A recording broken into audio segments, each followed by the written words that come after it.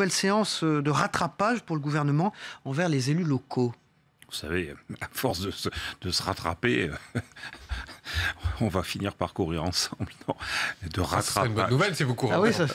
Mais vous savez, je fais le maximum. C'est pas leur état d'esprit. Oh, vous savez, il y a les déclarations médiatiques, comme on dit, et puis il y a la réalité de terrain. Il n'est pas anormal que de grandes associations d'élus, ça a toujours été le cas, émettent des réserves sur la politique gouvernementale. On l'a vécu sur la baisse des dotations avec le gouvernement précédent. On l'a vécu sous le quinquennat de M. Sarkozy avec la réforme territoriale. Et aujourd'hui, nous avons aussi un certain nombre de réactions, mais qui ne correspondent pas forcément à ce qui me remonte de la grande majorité des élus locaux sur le terrain, à partir du moment où nous sommes capables d'expliquer clairement ce que nous faisons. Et la conférence des territoires est aussi un moyen d'expliquer ce que nous faisons. De quoi est-ce que vous allez parler au cours de ces 2 journées ? Il y a une thématique autour des finances et de la contractualisation. Est-ce que vous aurez des décisions concrètes ou des annonces importantes sur ces thématiques-là ? Et puis vous aurez un débat sur la cohésion des territoires. Alors la thématique est très large, c'est celle de votre ministère, mais de quoi est-ce que vous allez vous parler concrètement ?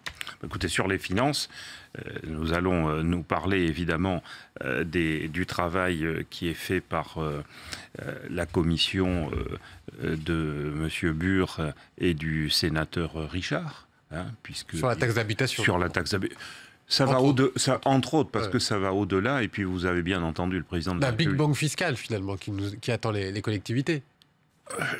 À force de faire des Big Bang, vous savez, on va tous voler en éclats. Non, soyons, je dirais, très clairs là-dessus. Nous disons tous, depuis des années, que la fiscalité locale est devenue illisible et injuste. Ce qu'a dit le président de la République, c'est que ce qui est prévu pour la taxe d'habitation, c'est-à-dire un dégrèvement pour 80% de nos concitoyens, c'est une étape, et qu'il a dit qu'il convenait d'enclencher immédiatement, dans les mois qui viennent, une réforme de fond sur la fiscalité locale. Ce qui est plutôt courageux, parce que jusqu'ici, on ne peut pas dire que ça ait beaucoup avancé depuis plusieurs décennies. Vous seriez, vous, favorable à un remplacement de la taxe d'habitation, peut-être par une nouvelle taxe ? En tout cas, cette réflexion, elle est indispensable. À titre personnel, vous ? À titre personnel, oui, parce que je pense aujourd'hui que la taxe d'habitation, pour avoir suivi chaque année ces débats ici au Sénat, elle est profondément injuste.